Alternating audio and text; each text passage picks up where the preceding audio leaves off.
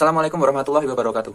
Saya Renaldi Raditya Bintang Islami, mahasiswa Prodi Administrasi Publik kelas B, Fakultas Ilmu Sosial, Universitas Negeri Yogyakarta. Pada kesempatan kali ini, saya mengambil topik ekonomi dan kebijakan publik. Yang mana dalam konteks Indonesia sebagai negara berkembang, pastinya pemerintah memiliki peran penting dalam mempercepat pembangunan ekonomi. Berbagai kebijakan publik telah dilakukan dalam pencapaian tujuan pembangunan ekonomi.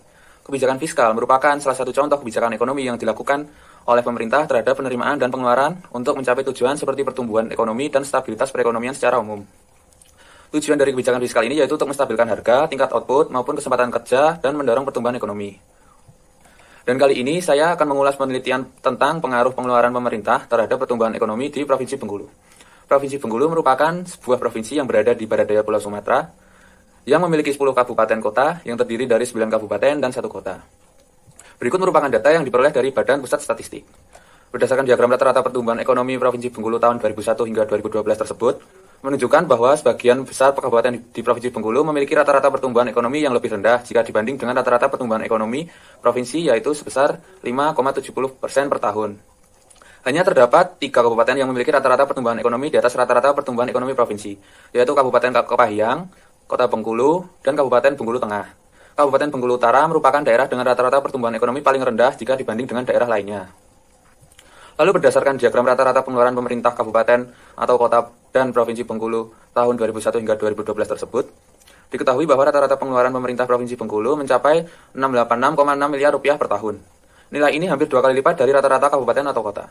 Kabupaten atau kota dengan rata-rata pengeluaran pemerintah paling tinggi masing-masing adalah Kabupaten Bengkulu Utara, Rejang Lebong, dan Kota Bengkulu. Sedangkan daerah dengan rata-rata pengeluaran pemerintah terendah masing-masing adalah Kabupaten Kaur, Kabupaten Seluma, dan Kabupaten Mukomuko.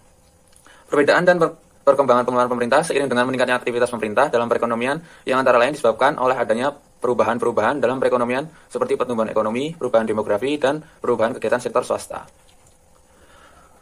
Simpulannya, dari jumlah 10 kabupaten atau kota di Provinsi Bengkulu, Kabupaten Rejang Lebong dan Kota Bengkulu yang memiliki hasil bahwa pengeluaran pemerintah berpengaruh positif dan signifikan terhadap pertumbuhan ekonomi di daerahnya. Kabupaten Bengkulu Utara memiliki pengaruh yang negatif, sedangkan 7 kabupaten lainnya memiliki hasil yang positif namun tidak signifikan.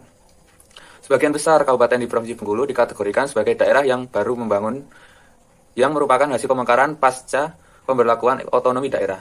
Sehingga dalam jangka pendek, pengeluaran pemerintah dianggap belum mampu menstimulus kegiatan sektor-sektor perekonomian, serta memacu pertumbuhan ekonomi di daerah tersebut. Saran atau rekomendasi kebijakan dari saya yaitu, pengeluaran pemerintah atau belanja pelayanan publik lebih bersifat sebagai akumulasi stok kapital. Kondisi tersebut diharapkan dapat menjadi perhatian bagi pemerintah, khususnya kabupaten yang mengalami pemekaran pasca pelaksanaan otonomi daerah, untuk lebih meningkatkan alokasi pengeluaran pembangunan agar mampu menstimulus pertumbuhan ekonomi yang merata.